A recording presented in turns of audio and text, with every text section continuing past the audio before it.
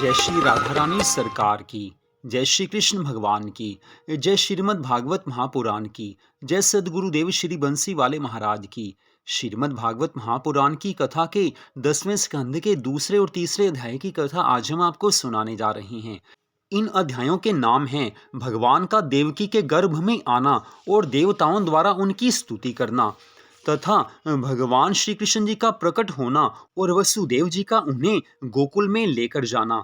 श्रीमद् भागवत कथा सुनकर मन को सच्ची शांति मिलती है, भगवान की कृपा मिलती है।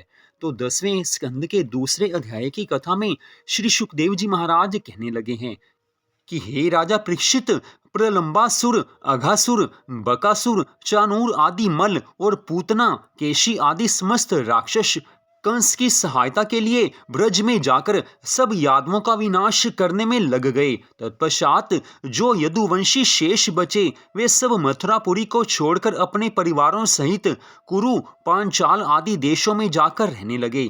वसुदेव जी ने अपनी पत्नी रोहिणी को अपने मित्र नंद जी के यहाँ पहुंचा दिया। जब दुष्ट कंस ने यदुवंश में जन्म लेने वाले देवताओं और ऋषियों को बहुत सताकर वसुदेव जी के 6 पुत्रों का वध कर दिया, तब देवकी और वसुदेव ने भगवान श्री नारायण जी की स्तुति की है। दीन दयालु कृपालु हरि, अशरण शरण महान, यह नैया डूबन चाहत, रक्षा करिए आन। हे करुणा निधान प्रभु, हे सर्वांतरयामी प्रभु, दुष्ट कंस महापापी ने हमारे सभी पुत्रों को मार डाला है, इसलिए अब हम आपकी शरण में हैं। आप शीघ्र ही हमें इस दुष्ट से मुक्त करवाने की कृपा करें, क्योंकि हमें आपके अलावा और किसी का भरोसा नहीं है। जब देवकी वसुदेव ने इस प्रकार प्रार्थना की, तब केशव भगवान ने अपने मन में सोचा है कि देवता और ऋषि मुनि तो जन्म ले चुके, अतः अब हमको भी वसुदेव जी के यहाँ जन्म लेना चाहिए। ऐसा विचार कर भगवान ने शेषावतार बलराम जी को देवकी के उदर में भेज दिया। तत्पश्चात जब भगवान ने अपनी भ्रकुटी द्वारा देवी स्वरूप योगमाया को उत्पन्न किया और वह हाथ जोड़ उनके सम्मुख उपस्थित हुई है, तब प्रभु ने उससे ये कहा है कि तू मथुरापुरी में पहुंचकर इतना कर कि देवकी के गर्भ में मेरे अंशावतार जो बलराम जी विद्यमान हैं उन्हें उसके गर्भ से निकालकर रोहिणी के गर्भ में पहुंचा दे।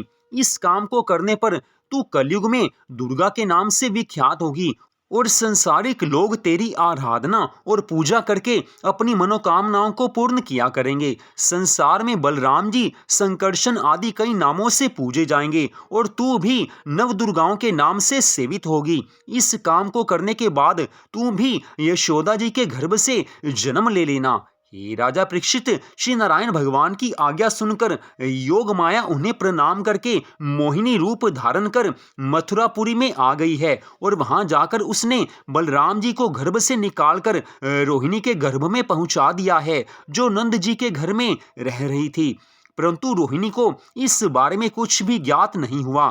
तत्पश्चात योग माया ने देवकी और वसुदेव जी को ऐसा स्वप्न दिया है कि मैंने तुम्हारे गर्भ के बालक को निकालकर रोहिणी के गर्भ में पहुंचा दिया है। इस स्वप्न को देखकर देवकी वसुदेव जग गए हैं और आपस में कहने लगे हैं कि ये तो परमात्मा ने बड़ा ही अच्छा किया जो बालक रोहिणी के गर्भ में पहुंचा दिया, परंतु हमें गर्भ स्थित बालक के गिर जाने की खबर कंस को भिजवा देनी चाहिए। ऐसा सोचकर वसुदेव जी ने कारागार के एक पहरेदार के द्वारा कंस के पास देवकी के गर्भपात होने का समाचार भिजवा दिया है। ये समाचार सुनकर कंस ने बड़े ही हर्षित होते हुए पहरेदारों को ऐसा आदेश दिया है कि अब तुम देवकी के 8वें गर्भ का विशेष ध्यान रखकर उसके बालक का समाचार शीघ्र ही मुझे आकर सुनाना, ताकि मैं उसे तुरंत ही मार डालूं।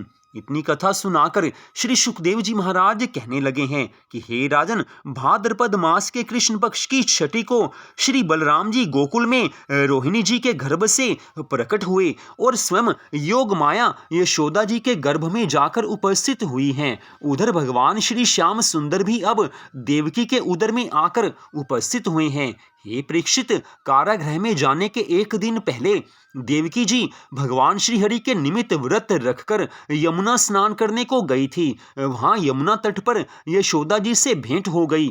उस समय उन दोनों में कंस के अत्याचार के बारे में काफी बातें हुई और यशोदा जी देवकी जी से कहने लगी कि मैं तुझे अपना पुत्र देकर तेरे पुत्र का पालन पोषण अपने यहाँ कर लूंगी। अस्तु जब देवकी ने 8वां गर्भ धारण किया, उस समय कंस के कारागृह के चारों तरफ बड़े बड़े दैत्य पहरा दे रहे थे और वसुदेव जी से ऐसा बोले कि तुम अपने मन में किसी तरह का छिपाव न करके जैसे ही देवकी का ये बालक उत्पन्न हो वैसे ही तुरंत मेरे समीप भेज देना, क्योंकि तुम्हारे कहने से ही मैंने देवकी को नहीं मारा है। तदुपरांत दूसरे दिन पुनः कारागृह में जाकर देवकी की ओर देखकर कंस कहने लगा है कि जैसा तेज अब की बार देवकी के मुख पर चमक रहा है, वैसा तेज पिछले 7 बालकों के समय नहीं चमकता था। इस कारण मुझे पूर्ण विश्वास है कि मेरा मारने वाला काल रूपी बालक इसी के गर्भ में स्थित है। वैसे तो मुझे देवकी को मारने में तनिक भी देर नहीं लगती, लेकिन ये सोचकर नहीं मारता हूँ कि ऐसा प्रतापी राजा होकर गर्भवती स्त्री पर हाथ उठाना ठीक नहीं है। इसलिए इसके गर्भ में जो मेरा काल रूपी बालक बैठा है उसको जन्म लेते ही मार डालूंगा। इतना कहकर कंस बाहर आकर अपने पहरेदारों से कहने लगा है कि जैसे ही बालक पैदा हो वैसे ही उसी क्षण तुरंत मुझे सूचना दे देना। कंस इस तरह नित्य प्रति वहां आता और उससे वही अपने शत्रु श्री कृष्णचंद्र जी की प्रतिभा साक्षात नजर आती थी, जिससे वह बहुत ही भयभीत रहता था। तत्पश्चात जब भगवान के अवतार लेने का समय आ गया, तब प्रभु ने देवकी और वसुदेव जी को ऐसा स्वप्न दिया है कि तुम लोग डरो मत, शीघ्र ही आकर तुम्हें इस दुष्ट कंस के बंधन से मुक्त करूंगा। इस स्वप्न को देखकर आज दोनों प्रसन्न होते ही जाग उठे हैं। देवकी वसुदेव जी को अत्यंत प्रसन्नता हुई है। तत्पश्चात 10वें स्कंद के 3रे अध्याय की कथा में श्री सुखदेव जी महाराज कहने लगे हैं कि हे राजा परीक्षित, जब शुभ मुहूर्त में चंद्रमा रोहिणी नक्षत्र पर आया, सब ग्रह योग अनुकूल और फलप्रद हुए। उस समय सब दिशाएं स्वच्छ हो गई हैं। वृक्षों में ऋतुओं और बिना ऋतुओं के फल अपने आप लद आए हैं। सभी नदी नाले जल से परिपूर्ण हुए हैं और वनों में मोर तथा बाकी सभी पक्षी गुनगुनाने लगे हैं। यज्ञों की अग्नि मंगलमय हो गई है और देवता हर्षित होकर आज मथुरापुरी पर पुष्प वर्षा करने लगे हैं। किन्नर और गंधर्व दुंदुभी और भेरी बजाकर मंगल गीत गाने लगे हैं। इस प्रकार भाद्रपद मास के कृष्ण पक्ष की अष्टमी तिथि को बुधवार को अर्धरात्रि के समय आनंद कंद भगवान श्री कृष्णचंद्र जी ने अवतार लिया है। उनका चतुर्भुज स्वरूप अत्यंत सुंदर है। उनके कानों में मकराकृत कुंडल शोभायमान हैं और सुंदर हाथों में शंख चक्र गदा तथा पद्म शोभा दे रहे हैं। हे राजा परीक्षित, इस प्रकार जब श्री नारायण भगवान जी ने चतुर्भुजी रूप से वसुदेव देवकी को अपना दर्शन दिया, तब उन्होंने उन्हें श्री नारायण भगवान का अवतार हुआ समझकर पृथ्वी पर साष्टांग प्रणाम करते हुए कहा है कि भय प्रकट मुरारी जनहितकारी उज्जवल रूप निहारी अद्भुत छविधारी ज्योति अपारी पूरन तुम अवतारी पंकज दल लोचन भव भय मोचन संत अभय पद दाई पीतांबर धारी मंगलकारी विजय विभूति समाई मंगलमय प्यारे प्राण हमारे कौन भांति गुण गावे श्रुति शारद नारद ज्ञान विशारद शेष पार नहीं पावे शेष पार नहीं पावे। अर्थात हे त्रिलोकी के नाथ, हे प्रभु, हम आपके चरणों की वंदना करते हैं। आपकी स्तुति करने की सामर्थ्य ब्रह्मा जी और सरस्वती जी में भी नहीं है, फिर हम आपकी स्तुति भला कैसे कर सकते हैं।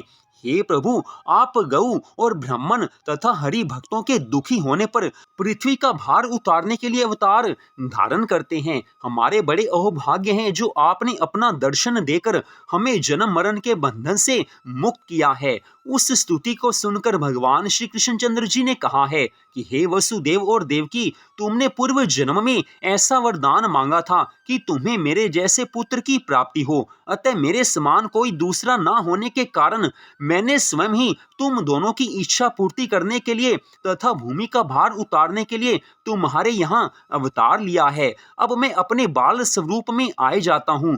तुम मुझे इसी समय गोकुल ले चलो और वहां पहुंचकर यशोदा जी के पास सुला आओ। इसी समय यशोदा जी के गर्भ से भी एक कन्या का जन्म हुआ है, उसे लाकर तुम कंस को दे देना। नंद यशोदा ने भी पूर्व जन्म में मेरी बाल लीलाएं देखने के लिए तपस्या की थी, सो मैं कुछ दिनों वहां रहकर उनकी मनोकामनाओं को पूर्ण करूंगा। तत्पश्चात कंस को मारकर आपसे आ मिलूंगा। इतना कहकर भगवान आज बाल स्वरूप में आकर रुदन करने लगे हैं। भगवान रोने लगे हैं। भगवान की लीला परम सुंदर होती है। जो भगवान की लीलाओं को सुनता है उसे प्रभु हर तरह का सुख देते हैं, उसे आनंद मिलता है। संसार के विषय भोगों में आनंद नहीं है, लेकिन संसारिक मूर्ख प्राणी संसार के विषय भोगों में आनंद को देखते हैं। आनंद वहां नहीं है। संसार के विषय भोगों में केवल दुख, दुख और केवल दुख ही है, लेकिन भगवान की लीलाओं में, भगवान की कथाओं में केवल आनंद, आनंद और आनंद ही है। जो भगवान की कथा को श्रद्धा भावना से सुनते हैं, भगवान उनको अपनी सुरक्षा में ले लेते हैं। उनका कोई कुछ बिगाड़ नहीं सकता है, क्योंकि जो भी भगवान की कथा को श्रद्धा भावना से सुनेगा उसके ऊपर श्री राधा रानी सरकार की, ठाकुर जी की अनंत कृपा हो जाती है और एक क्षण के लिए नहीं, सदा सदा के लिए भगवान उसे अपना बना लेते हैं। आज ठाकुर जी का अवतार हुआ है, सब प्रसन्न हैं। हे राजा परीक्षित, श्री नारायण भगवान की कृपा से आज वसुदेव जी के हाथों की हथकड़ी और पांवों की बेड़ियां अपने आप ही खुलकर गिर पड़ी हैं। बंदी गृह के सब द्वार भी आज अपने आप खुल गए हैं और जितने पहरेदार थे सब नींद में अचेत हो गए हैं। प्रभु अपनी लीला का चमत्कार दिखाते हैं। ऐसा दृश्य देखकर आज वसुदेव जी ने भगवान श्री श्याम सुंदर को एक सूप में रखकर अपने मस्तक पर उठा लिया है। तदुपरांत वे गोकुल में पहुंचाने के लिए शीघ्रता पूर्वक बंदी गृह से बाहर आ गए हैं। उस आधी रात के समय जब वर्षा हो रही थी, चारों ओर पानी बरस रहा था और चारों ओर महाअंधकार छा रहा था, उस समय शेषनाग भगवान वैकुंठ नाथ के ऊपर अपने फन की छाया किए हुए पीछे पीछे चलने लगे हैं, जिससे उन्हें कोई कष्ट ना होने पावे। इस प्रकार जब वसुदेव जी यमुना जी के परम सुंदर तट पर आए हैं, तब अपने मन में विचार करने लगे हैं कि यमुना जी में अथाह जल भरा हुआ है, अब मैं इसे पार करके गोकुल में कैसे पहुंचूंगा।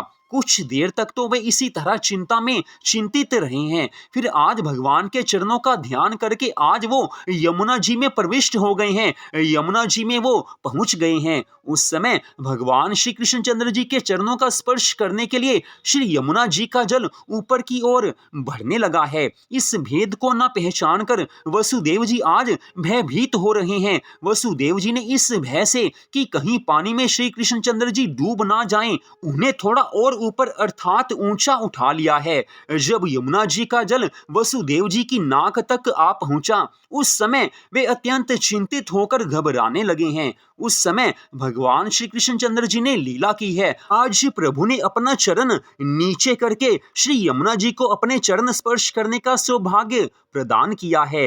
भगवान श्री कृष्ण जी के चरण का स्पर्श होते ही यमुना जी का जल घटकर वसुदेव जी के घुटनों के बराबर आ गया है। वसुदेव जी प्रसन्न हुए हैं। प्रसन्नता की अवस्था में श्री यमुना जी को पार करके आज वसुदेव जी गोकुल जी में आ पहुंचे हैं। वहां उन्होंने नंद जी के घर को खुला हुआ पाया है और सबको अचेत सोता हुआ देखकर वे उस स्थान पर आए हैं जहां यशोदा मैया सो रही थी। उसी समय यशोदा जी के गर्भ से एक कन्या का जन्म हुआ था, परंतु यशोदा जी को उसका ज्ञान नहीं था। ऐसा देखकर वसुदेव जी ने भगवान श्री कृष्णचंद्र जी को तो यशोदा जी के पास सुला दिया है और भगवान की आज्ञा अनुसार यशोदा जी की कन्या को लेकर मथुरापुरी में आ पहुंचे हैं।